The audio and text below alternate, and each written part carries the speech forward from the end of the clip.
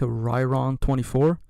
Today we're reacting to European leaders meeting in Paris for their reaction to Trump and Putin leaving them out of the negotiations for Ukraine peace deal. Moments can shape an entire premiership. Some can shape an entire century. So that's Keir European Starmer, leaders descended hastily Macron, on the Elysee Palace in Paris today is. to wrestle with the magnitude of the problem handed to them, Olaf not just by Scholz. the president of Russia. Olaf Scholz is getting a lot of heat right now for not sure if you guys caught JD Vance's speech at the Munich Security Conference, but he was pretty much grilling Olaf Scholz for excluding the AfD By their ally, the President of the United States. Sowing the seeds ahead of this summit, Polish Prime Minister Donald Tusk set the tone. Donald Tusk. It's kind of funny because Donald Tusk is he's pretty close to the U.S. since they're hitting their targets. For expectation, vast uplifts in defense spending across an entire continent. To musi stać się teraz. It has to happen now in a very massive way. I'm talking about decisions, about financing, logistics, political decisions when it comes to the defensive capabilities of the European Union and the European countries. You know, by Trump leaving Europe out of these negotiating in Saudi Arabia, they're kind of having to be forced to do what Trump actually wanted them to do, which is spend money on their defense, because now they're scared that like Trump's totally gonna leave the EU.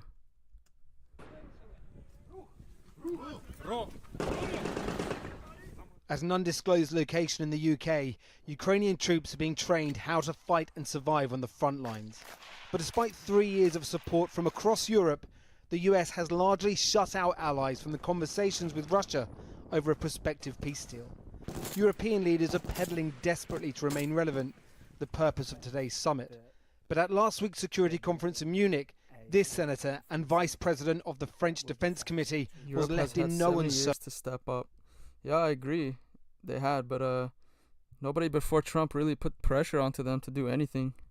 And now that the Orange Mean Man is in charge, being forced in terms as to how the US views future European involvement. You have no place. There was actually a lunch called Ukrainian lunch I attended, and the special envoy by Donald Trump was extremely clear. The question was put to him, will the EU be part of the negotiations? And he said no. No. You don't have. No. What leverage do you have? Europe, you have no army? Well, you guys have army. I'm not just saying, like, the US was putting most of the money, most of everything, so the leverage is really with Russia and USA. So that's why they're leaving Europe out. And also, you know, a lot of European leaders were like to Zelensky, and one of the conditions I've heard, rumors, is that they need to hold elections in Ukraine so that Zelensky can get out of there. As stark as that? Oh, it was incredible. That's why I think, you know, it's the new style.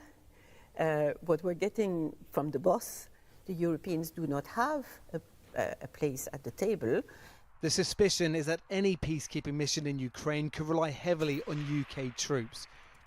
Which it, in my opinion, should, because the US has an entire ocean in between. I don't know why our soldiers would be there on our tax dollars. You guys are really concerned about Russia in Europe.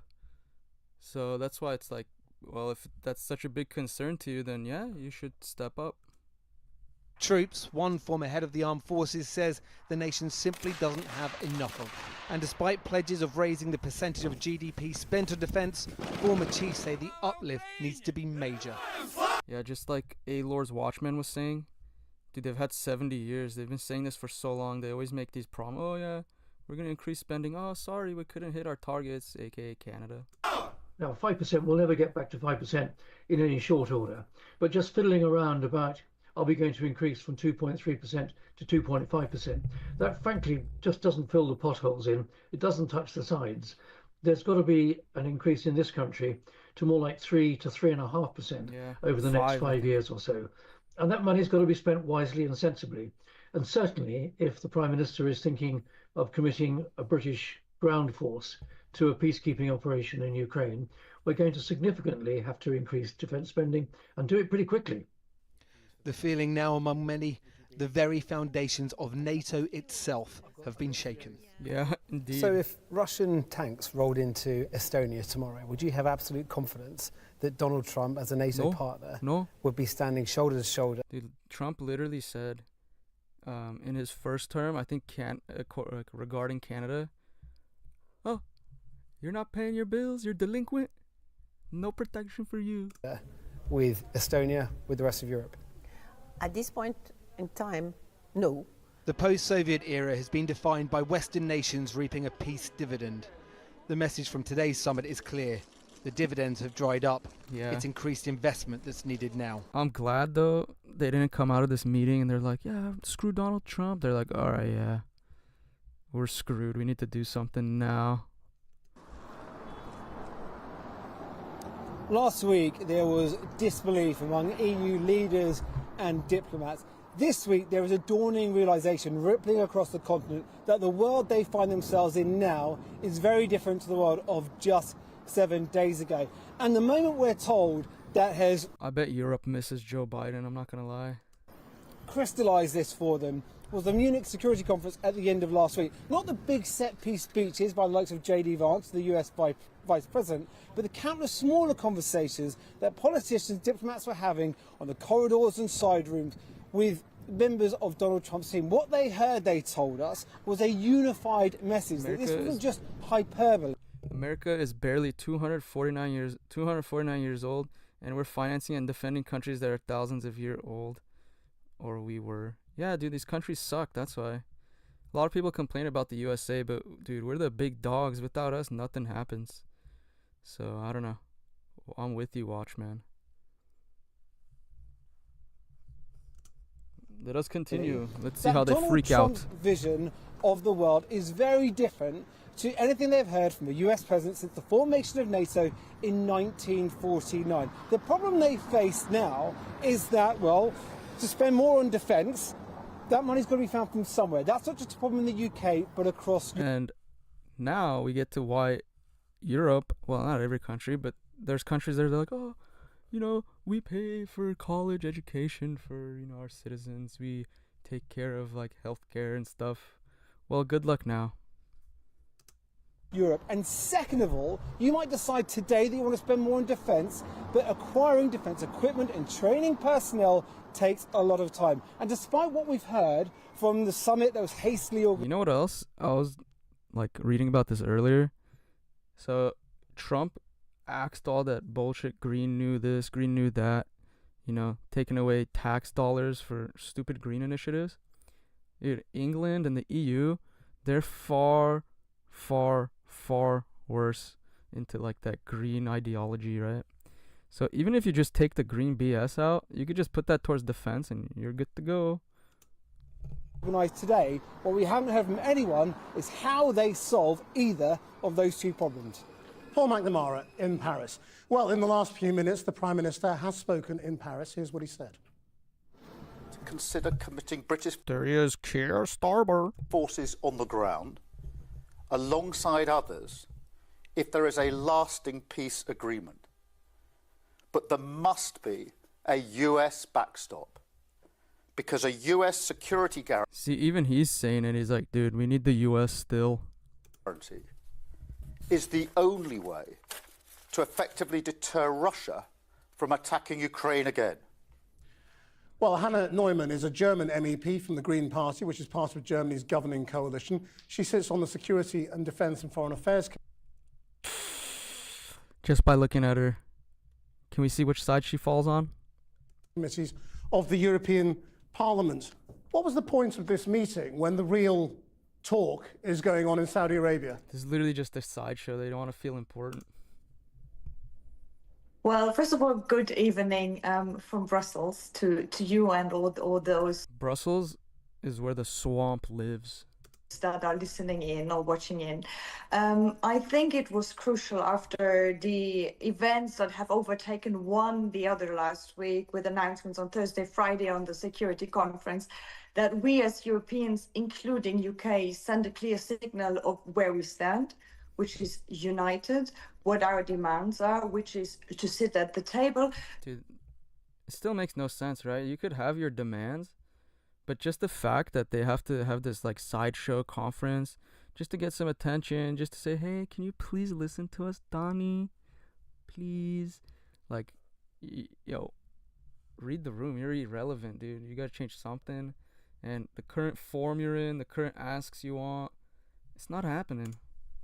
Because if I listen to the colleagues from the US at the Munich Security Conference, we have received a lot of very different messages. And I think in all of this chaos, it is good that the European Union and UK send a clear message what their position is. And that was the intention today, I think, coming out of this meeting in Paris. It's only united up to a point, though, isn't it? I mean, you know, is Germany, for example, prepared to even match what Keir Starmer is saying, both about increased defence spending and putting peacekeepers on the ground in Ukraine? I would say at the moment That's actually a good idea. You know, if these people really love Ukraine so much, they want to defend them, send your own people. Send your own people. Go to the front lines. Go hang out with Russia, see what happens.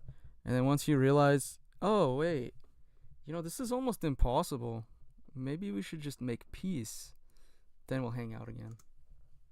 Are quite clear all across the European Union, and this includes Germany. Yeah, yesterday I was listening, it was a couple days ago, it was like the Danish prime minister was a woman, and she's like, the goal is still the same. We have to win the war in Ukraine. And I'm like, dude, Donald Trump is saying he wants to end the war. We want peace.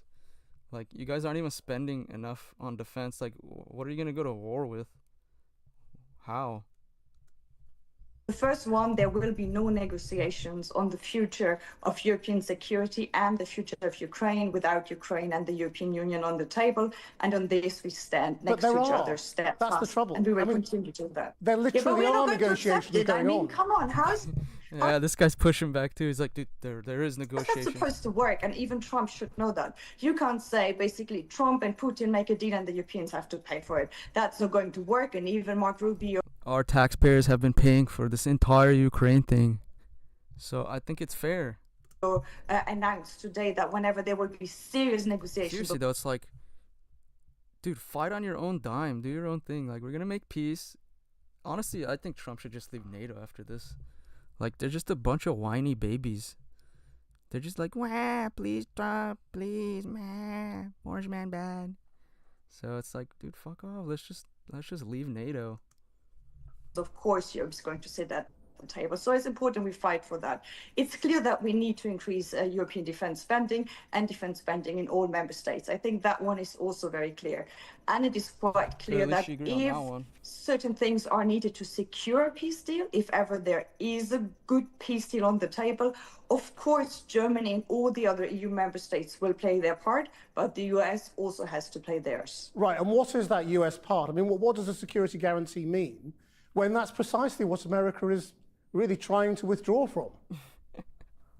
Well, I think that is the discussion that is happening right now. The US has sent out questionnaires to EU member states. You know what? After this, we're gonna watch what Marco Rubio and the adults in the room are saying. I assume also to the UK, asking what each and every one can commit and what kind of commitment they would need from the US side. And that will be a solid base to discuss actual security guarantees, also in line with the demands of Ukraine. And of course, it will depend on what the final peace deal, if there is one, with Russia will be, what is needed, if it's troops on the ground, if it's a strengthening of the defense industry in Ukraine, if it is NATO membership, which is still on the table. NATO membership is not on the table, you psycho.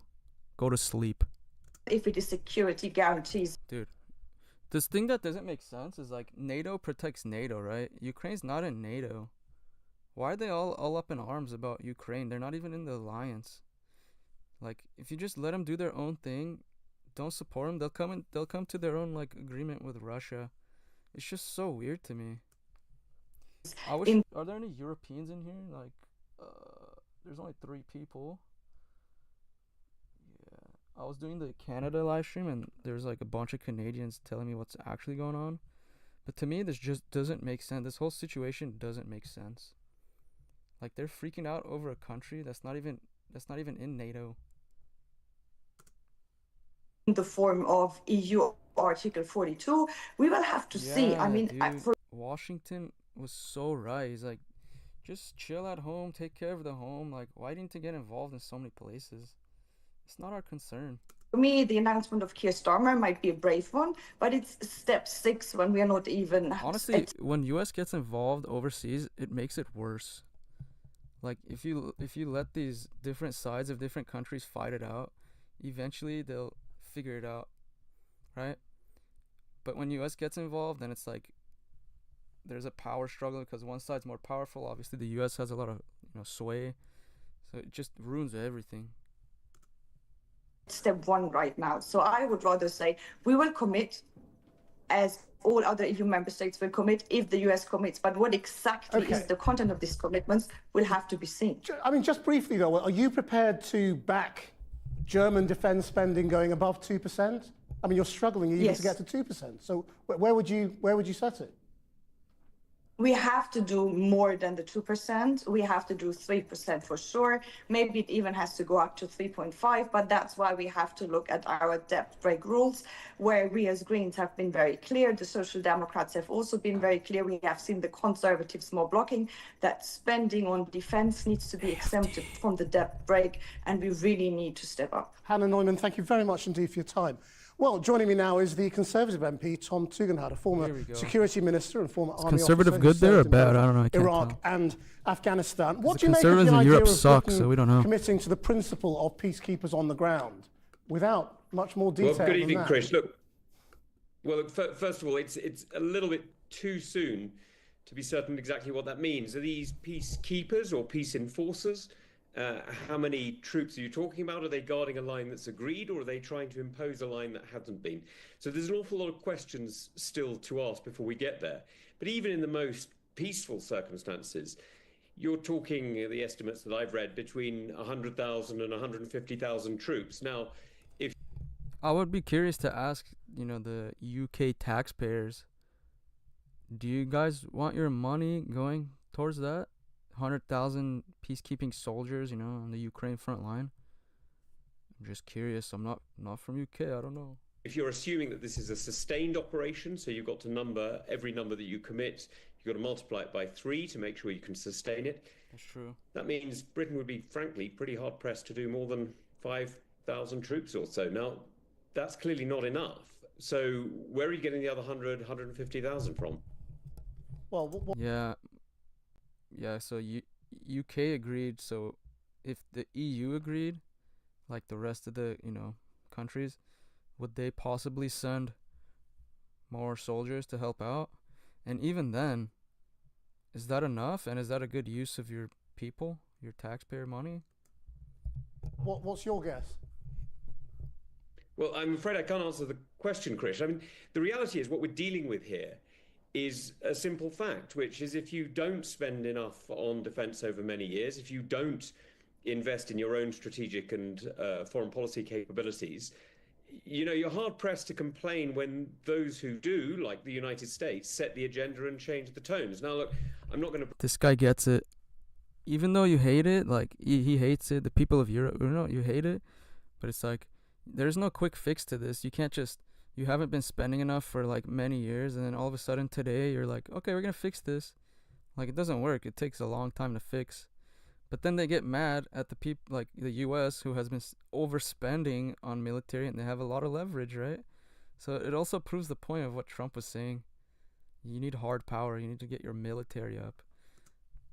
Pretend that I particularly like the tone I heard, but the reality is the Americans have been spending and we haven't, and that means that they can choose and we can't. That's what I just said. Right. So, I mean, what's the solution to this? Because obviously, the last time we saw peacekeeping, in a meaningful sense, was in the Balkans, and Britain got tied up in all sorts of knots, along with other international forces, over the rules of engagement as to when they could fire back, under what circumstances, and what they were doing there. So when we talk about an American security guarantee, are we saying that if European forces were to come under attack, we would need the Americans to say, we will come to the rescue? Of course. At AAA, The most important thing is family. Join our family and discover auto coverage that's as individual as you.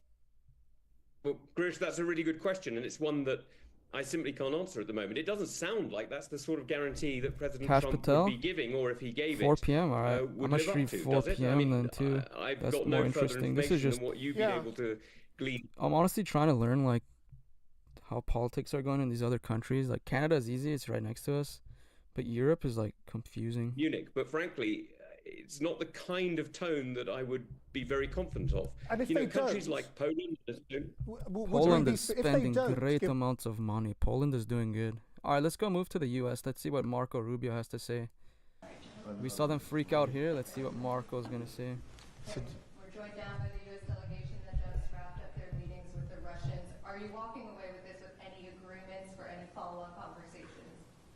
Well, I would start by saying we've agreed on 4 principles that I think are important. The first is that we're going to appoint our teams respectively to work very quickly to reestablish the functionality of our respective missions in Washington and in Moscow. For us to be able to continue to move down this road, we need to have diplomatic facilities that are operating and functioning normally. The second point is that we're going to appoint a high-level team from our end to help negotiate and work through the end of the conflict in Ukraine in a way that's enduring and acceptable to all the parties engaged. The third point is to begin to work at a high level as well to begin to discuss and think about and examine both the geopolitical and economic cooperation that could result from an end to the conflict in Ukraine. Yeah, you know, I never understood why we shouldn't work with Russia. I've always liked Russia.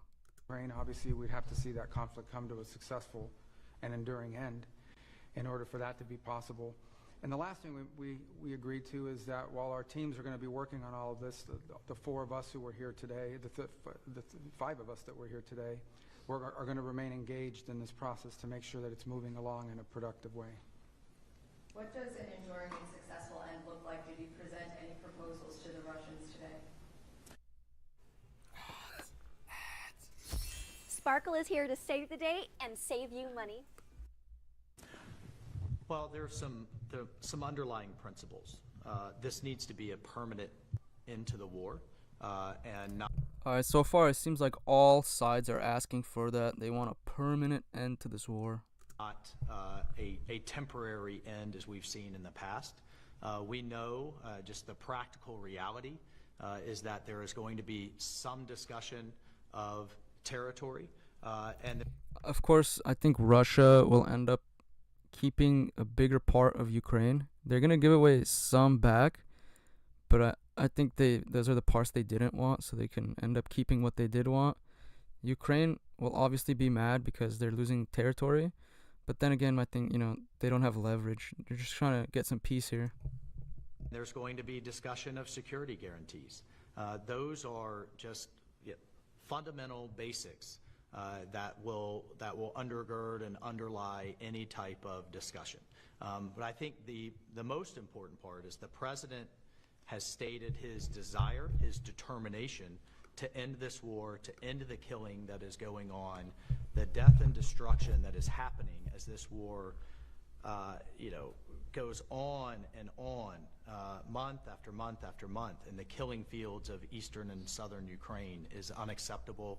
It is not in the interest of either country. It's not in the interest of the world. And yeah, you always get the perspective of the media in this country, media in that country. What do they want?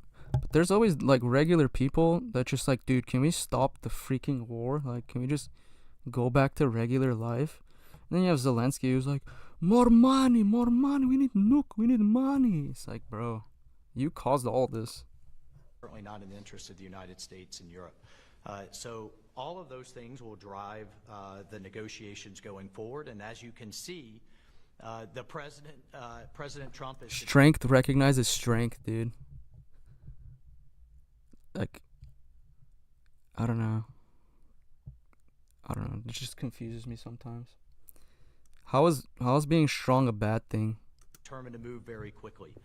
Leverage. We just had a head of state phone call, the first in years, and here we are less than a week later at the highest level of the U.S. and Russian government, and we expect to continue to drive that pace Is that the Russian politician? I don't know who that guy is. He hasn't spoken. To not only end the war, but then to unlock what could be very productive and stabilizing relationships going forward. You mentioned territory. Is it acceptable to the U.S. for Russia to retain any territory that it's annexed since the beginning of the war? Of course. Well, I think those are things that those are to be discussed, and those are things that will start and do the tough work ahead. But the important thing is that we've started that process, and what the president did not find acceptable was an endless war in Europe. That's pretty much what all these European leaders are fighting for now. They just want, we have to win the war in Ukraine. That was literally has turned into a meat grinder of people on both sides. So if you just think about, just in a few months, President Trump has shifted the entire global conversation from not if the war is going to end, but just how it's going to end. And only President Trump can do that. And in the Oval Office less than a week ago, both President Putin and President Zelensky both said to him, only you, President Trump, could drive this war to a conclusion. What concessions do you expect? Well, again, we're not going to pre-negotiate an end to this conflict. These are the kinds of things that have to happen through hard and difficult diplomacy in closed rooms over a period of time. Yeah, it's going to take a while to hash all this out. The only leader in the world who can make this happen, who can even bring people together to begin to talk about it in a serious way, is President Trump. He's the only one in the world that can do that right now. The second thing I would say is that in order for a conflict to end, everyone involved in that conflict has to be okay with it. It has to be acceptable to them. But we have to understand that it's been 3.5 years since there's been any sort of regularized contact between the United States and Russia, and in some cases between any of the participants in this conflict and Russia. So the goal of today's meeting was to follow up on the phone call the president had a week ago and begin to establish those lines of communication. The work remains. Today is the first step of a long and difficult journey, but an important one. And President Trump is committed to bringing an end to this conflict. And as he said when Let's he see what campaigned for this is president. live. Apparently this is live. Whatever you do it for less at Harbor Freight.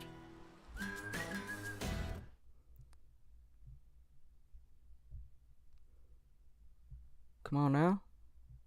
I just got a $4,000 Oh my loan God. sent straight to my Ads, bank bro, account. I'm get outta freaking here. out, dude, because now I can go on vacation. I went to fast You're a woman. Along with the vice president, 7 cabinet members in Europe at the same time, really showing the importance of engaging our allies. President Trump spoke with President Macron just yesterday. Prime Minister Starmer is coming to Washington next week. So I wonder how that's going to go. He's going to announce tariffs on Starmer. on this notion that our allies haven't been consulted. They're being. Let's see this one. I want to see them actually, like, I don't think they have it, but like talking to each other, like live. You know, MBS there, all the people there. Working through this case and look forward to continuing working with. So stupid. This has nothing to do with the. So annoying. Can you take us a little bit in the room today? What was the interaction like? How would you characterize the discussion? Oh, it was good. Oh, it was good. Constructive. He isn't a Russian. He's American. Get to the right outcome, solution-based. We discussed it afterwards. We couldn't have imagined a better result after this session. It was very, very solid. Will you be traveling to Russia again, Mr. Witkoff? Oh, that's Witkoff. But we'll make that determination in the next couple of weeks. The Europeans, Keir Starmer, the UK Prime Minister, has said the U.S. needs to back any sort of European solution to the war. Is this something that you are willing to commit to? Well, I think that's something that we'll continue to discuss. We have certainly, again, as a first principle, a European-led security guarantee. We have the president, many of us, as members of prior members of Congress ourselves, have called for the Europeans to continue to contribute to our Dude, like I was saying when I was watching the previous video, that's the goal. I feel like that's the goal of Trump anyways. Like, he just wants Europe to step up anyways. So not having them be at the table to negotiate, it's putting pressure under their asses. and defense to continue to share the burden of NATO defense. will continue to point out that while things have improved, starting with President Trump's first term, the fact that a third of our NATO allies still do not contribute the minimum of 2% GDP to defense Canada after that we all collectively made that agreement isn't acceptable. We have the NATO summit coming up this June, and we would expect I'll stream that for sure. Conflict, the type of warfare and destruction we've seen in Europe, sadly, the last several years, that we have 100% at the minimum, and in fact are exceeding that. So, look, this is a common effort. This isn't just about what the United States is going to continue. It's what's best for Europe. And what we are going to continue to ask of the American taxpayer. We all have to make those tough decisions. We all have to contribute to our common defense, and we expect that this to be a two-way street for our European allies. And the fact that both the United Kingdom... Zelensky just said he no longer feels supported by the U.S. France and others are talking about contributing more forcefully to Ukraine's security, we think is a good thing. Did you walk away from this meeting convinced the Russians? Dude, lords, you're not gonna like this, but the news is reports are claiming that the motion to invoke cloture on Kash Patel's nomination will not take place today as originally planned. That sucks, but I don't know if it's true.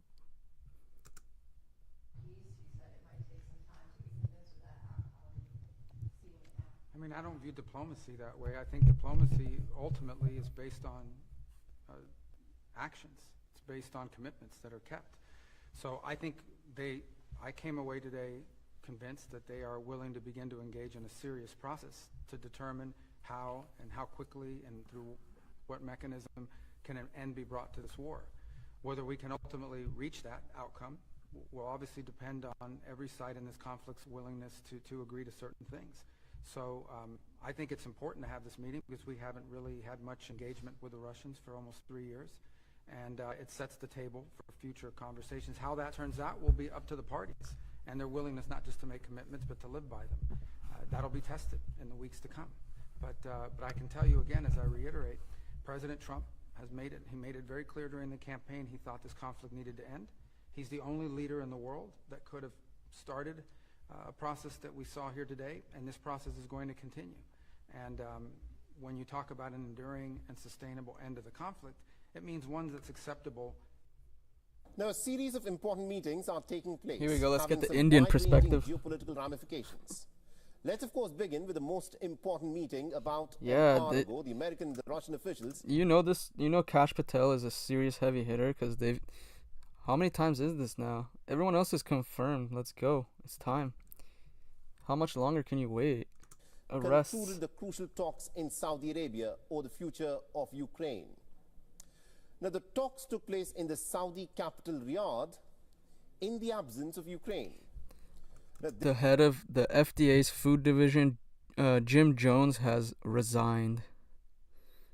There's a lot of resignations happening. President Trump explores federal solution to ban China from purchasing U.S. farmland.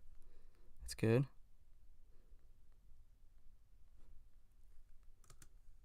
This unprecedented gathering, orchestrated less than a month into Trump's presidency, leaves the European allies watching nervously from the sidelines. Now, inside the Diriyah Palace, the atmosphere was pretty tense as the American Secretary of State Marco Rubio faced off with Russian Foreign Minister Sergei Lavrov across the table, flanked by the National Security Advisor Guy's a Mike savage. Waltz and the Middle East envoy Steve Witkoff. Marco. Little Marco. I think diplomacy ultimately is based on actions. It's based on commitments that are kept. So I think Oh, let's see what BBC The Liars are saying. Hey, Robert Hertrup from Shark Tank. I'm a huge fan. Hey, what is your #1 tip for saving money? Easy. All I'm getting is on the right of your screen, Russia, America are making progress. Ukraine and Europe are freaking out. Fade the sound. That's the basic I'm getting right now. Steve Witkoff on Marco Rubio's left and Mike Waltz, the National Security Advisor, on his right. Let's just listen in. Both the geopolitical and economic cooperation that could result from an end to the conflict in Ukraine. Who are Obviously, the two after Patel? Yeah, that's the only one I remember. I don't know. Come to a successful and enduring end in order for that to be possible. And the last thing we agreed to is that while our teams are going to be working on all of this, the four of us who were here today, the five of us that were here today, are going to remain engaged in this process. Let's see what else is new. Let's see.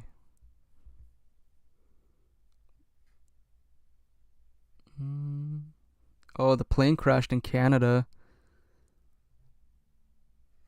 I might watch that actually. I might do that after this. Let's see. Is this live? I don't think so. She told us she would not do, and that is, we asked her, are you going to start investigating the investigators? Prosecuting the prosecutors? What is this weaponization working group supposed to be? I don't think this is live. They always do this where they put like fake lives where it's not actually live, and it always gets me. Oh, dude, they're trying to get rid of Eric Adams in New York because he's trying to get rid of illegals now.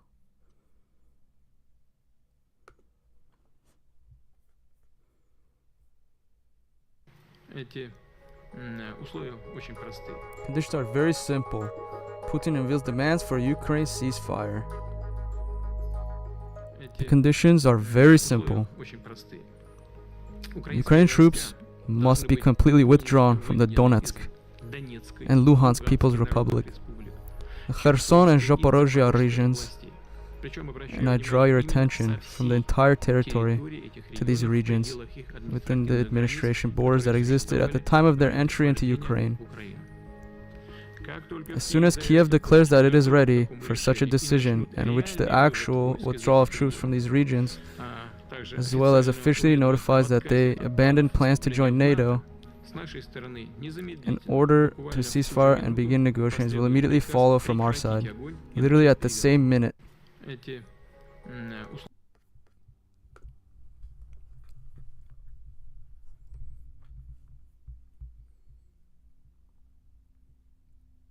Oh, what the hell? Trump's live? It's Sumo Citrus season, one of my favorite. This has to be live. I heard Trump was signing more, he's signing more, what do they call? Deal before January 20th, or is that something that's likely to happen? If there's a deal even at all, and we've been hearing this now for the better part of. I know. I would say. They better be. Right. I would say that the president is exasperated. I don't want to talk for him, but look, I don't know anyone who delegates better than President Trump. He gives us a lot of authority to speak on his. I'm being catfished. I don't know. We're gonna end this. I'll come back if